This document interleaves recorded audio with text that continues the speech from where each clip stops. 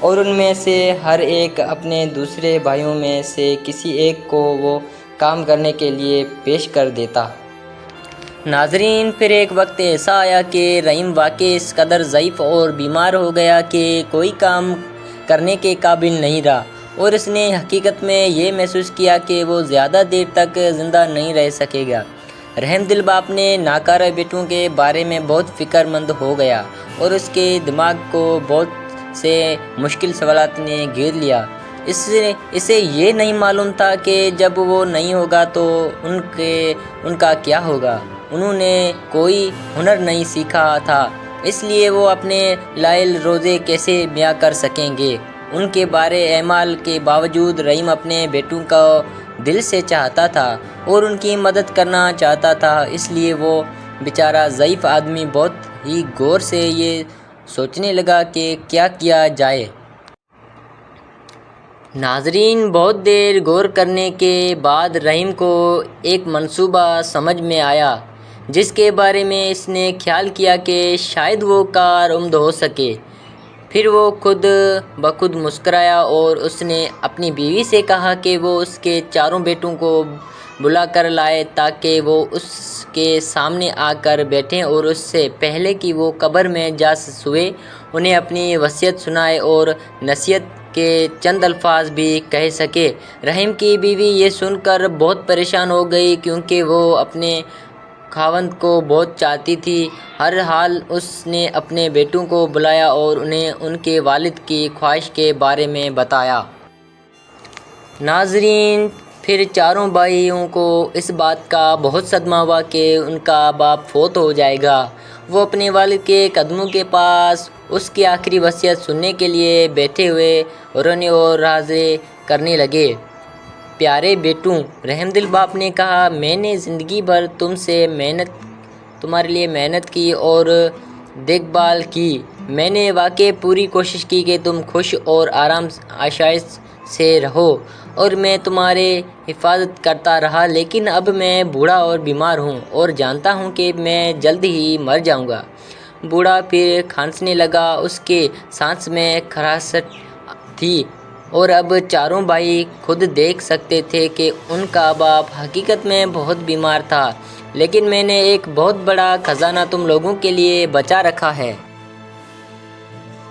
ناظرین، رحیم نے گفتگو جاری رکھتے ہوئے کہا تاکہ تمہاری زندگی میرے جانے کے بہت عرصے بعد تک بھی آرام سے گزرتی رہے۔ بہت زمانہ گزرا، میں نے اپنے کھیت کے زمین میں کسی جگہ ایک بہت بڑا اور بہت گہرا گڈھا کھودا۔ پھر میں نے اس گڈھے میں اس خزانے کو اس وقت کے لیے کہ جب تمہیں اس کی ضرورت پڑے حفاظت کے ساتھ دفن کر دیا، لیکن اب مجھے بالکل یاد نہیں رہا کہ وہ کس جگہ پر ہے۔ چاروں بھائی ایک دوسرے کی طرف تعجب سے دیکھنے لگے، لیکن وہ اپنے باپ کے خزانے کو تصور سے کافی خوش بھی نظر آ رہے تھے۔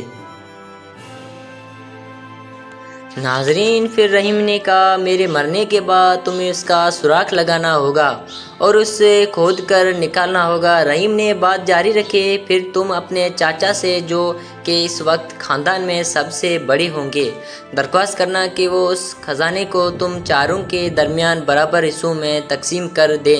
اس کے لیے آپس میں جھگڑا مت کرنا، اپنے چاچا کے فیصلے کی تعظیم کرنا۔ یاد رکھو کہ اپنے بڑوں کی عزت کرنا ہماری تہذیب کا ایک اہم حصہ ہے۔ تمہیں ان کی عزت کرنے کو اپنا فرض سمجھنا چاہیے۔ ناظرین، پھر چاروں بھائی کھیت میں دفن کیے ہوئے خزانے کو فوراً ہی ڈھونڈنے کے لیے مضطرب نظر آنے لگے۔ رحیم نے یہ ظاہر کیا کہ اس نے اپنے بیٹوں کے اس رویے کو دیکھا ہی نہیں، اور اس نے اپنی تقریر جاری رکھی، ایک اور نصیحت جو کہ میں تمہیں دینا چاہتا ہوں وہ یہ کہ تم لوگ ایک دوسرے کے ساتھ کبھی مت لڑنا۔ تمہارے دشمن تمہیں منصوبہ بندی اور ساز باز کرنے کے لیے اکسائیں گے، لیکن کچھ بھی ہو جائے تم چاروں ہمیشہ متحد رہنا، مل جل کر تم سب بہت طاقتور رہو گے اور کوئی بھی تمہیں نقصان نہیں پہنچا سکے گا۔ اور کسی کو بھی اس خزانے کے بارے میں اس وقت تک مت بتانا جب تک تمہیں وہ مل نہ جائے۔ جب رحیم نے اپنی تقریر ختم کی تو اس نے آنکھیں بند کر لی، پھر وہ جلد ہی فوت ہو گیا۔ اپنے والد کے جنازے اور تدفین کے بعد ان بھائیوں نے اپنے کھیت کے دوسرے سرے سے کھودنے کا فیصلہ کیا۔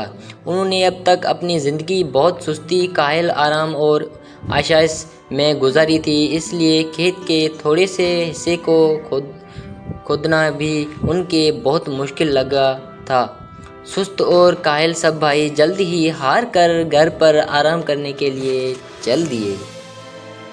ناظرین، اگلے دن پھر ایسا ہی کیا، پھر اس سے اگلے دن اور اس سے بھی اگلے دن ایسے ہی کرتے رہے، یہاں تک کہ آہستہ آہستہ مگر یقیناً کھیت کا زیادہ تر حصہ بھائیوں نے کھود ہی لیا۔ ان کو اس طرح کام کرتے مہینہ بھر اور گزر گیا، مگر انہیں دفن کیا ہوا خزانہ نہیں ملا۔ وہ کسی اور سے اس کا ذکر بھی نہیں کرنا چاہتے تھے اور نہ ہی کسی کی مدد لینا چاہتے تھے، کیونکہ وہ اس خزانے میں کسی اور کو حصہ دار نہیں بنانا چاہتے تھے۔ وہ سب کھدائی کرتے کرتے بہت تھک گئے تھے، مگر ان میں سے کوئی بھی اس خزانے کو چھوڑنا نہیں چاہتا تھا۔ ناظرین، آخرکار بھائیوں نے غور کیا کہ انہوں نے پورا کھیت کھود ڈالا لیکن خزانے کا کوئی سراغ نہیں ملا۔ تب انہوں نے خیال کیا کہ ان کے باپ نے خزانہ بہت ہی گہرا دفن کیا ہوگا، اس لیے انہوں نے اور بھی زیادہ گہرا کھودنے کا فیصلہ کر لیا۔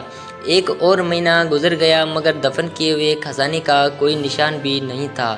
سارا کھیت اب پوری طرح نیچے سے اوپر ہو چکا تھا اور ہمسائے بھی ان بھائیوں کے محنت پر شک کرنے لگے تھے۔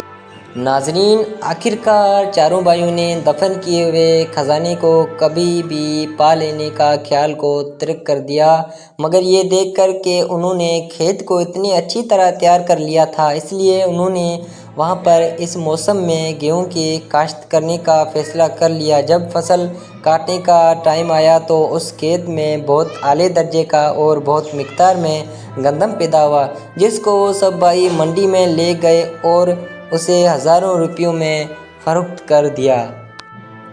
ناظرین، اپنے والد کی نصیحت پر چلتے ہوئے سب بھائی اپنے کمائی ہوئی دولت کو اپنے چاچا کے پاس لے گئے اور ان سے رقم کو چاروں میں برابر تقسیم کرنے کی درخواست کی۔